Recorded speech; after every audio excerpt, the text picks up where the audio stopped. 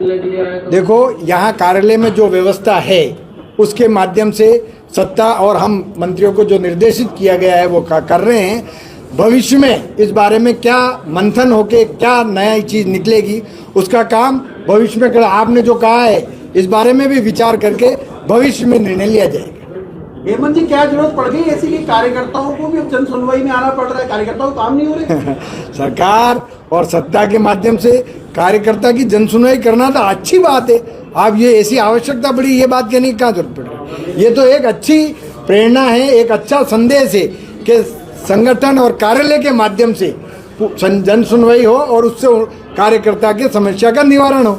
इसमें मैं एक बात कहूँगा कि 2013 से और आज आप भी और मंत्री सुमित गोदारा जी भी लेट आए हैं, तो आपको नहीं लग रहा कि 3 ही दिन कार्यकर्ता सुनवाई होनी है? समय पे आना चाहिए मंत्रियों को जिससे कार्यकर्ताओं को ज्यादा सुना जा सके। बिल्कुल, मैं 11:15 बजे यहाँ आ गया था और सब 2-5 मिनट की बात है, बाकी सब सही टाइम पे आए हैं और सही टाइम 1 बजे का टाइम था। हमने 2 बजे तक रखा इसी मामले में ताकि ज़्यादा से ज़्यादा सुनवाई कर सके। और आज जो 58 प्रकरण के बाद किसी प्रकरण को छोड़ा नहीं गया है।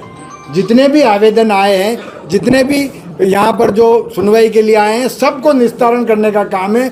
और अभी भी अगर कोई आता है उसका स्थायी रूप से निवारण करने का काम संगठन और सत्ता के माध्यम से किया जाए। हेमंत जी, एक चीज बताइए, आप कार्यकर्ता सुनवाई नाम दिया है, आम आदमी आता है वो वापस लौट जाता है, ऐसे में नहीं लगता के निर्देशानुसार आज सुमित जी गोदारा और राजस्व मंत्री हेमंत मीणा के माध्यम से यहाँ पर भारतीय जनता पार्टी के कार्यालय पे जन सुनवाई रखी गई।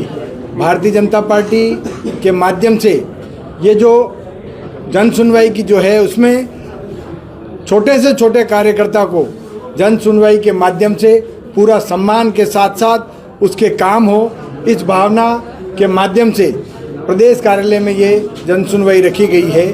और इसमें कुल मिलाकर 58 प्रकरण जन सुनवाई के आज आए और उनका मौके पे निस्तारण करने का काम माननीय मंत्री महोदय के माध्यम से किया गया है। और संगठन के माध्यम से महामंत्री जी मिथिलेश जी गौतम और सभी संगठन के पदाधिकारी इसमें मौजूद रहे।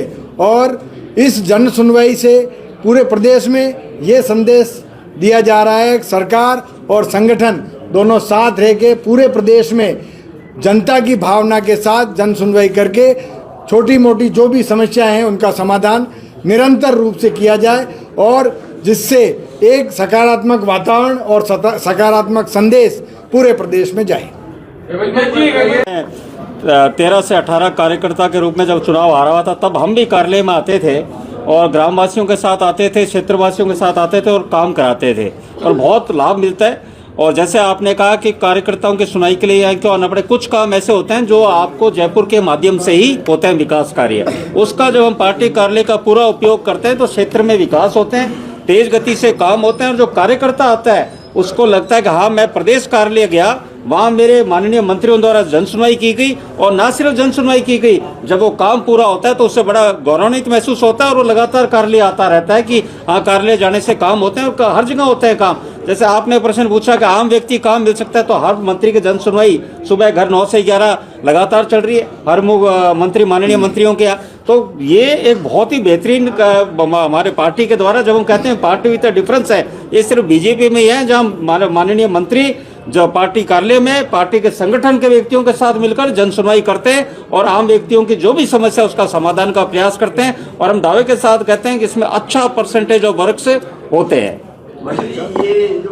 और शायद ही देश में किसी प्रदेश में ऐसा होगा कि एनएफएसए में रिक्त स्थान है और पोर्टल पूरे टाइम चालू है, नई एप्लीकेशंस भी लगातार आ रही है, उनका डिस्पोजल्स भी हो रहा है और हम गर्व के साथ कह रहे हैं कि विकसित राजस्थान, विकसित भारत की दिशा में राजस्थान बढ़ रहा है। सर, अरावली को लेकर सुप्रीम कोर्ट का फैसला बीजेपी सरकार के लिए सेटबैक है क्या? क्योंकि आपने जो कोशिश की उस पर रोक लगा दी। देखिए, आप जब हमारे माननीय मुख्यमंत्री जी ने स्पष्ट कहा कि अरावली में नई लीज नहीं दी जाएगी, अरावली का कहीं खनन नहीं होगा, तो सुप्रीम कोर्ट का फैसला कल आया उसके पहले ही सीएम साहब ने स्पष्ट कह दिया। जब प्रदेश का मुखिया पूरी दृढ़ता के साथ ये बात रख रहे हैं तो उसके बाद अलावा कोई विषय रहता नहीं है।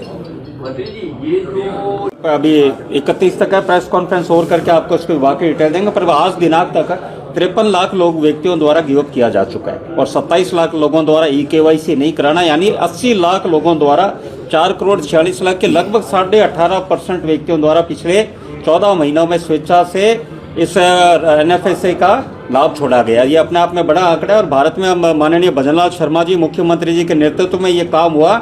हम दावे के साथ कहते हैं देश में या तो माननीय प्रधानमंत्री जी द्वारा गिव अप सिलेंडर अभियान चालू किया गया या दूसरा भारत में कहीं ऐसा अभियान चला गया तो राजस्थान में माननीय भजनलाल शर्मा जी के नेतृत्व में यह अभियान चला। सुमित जी,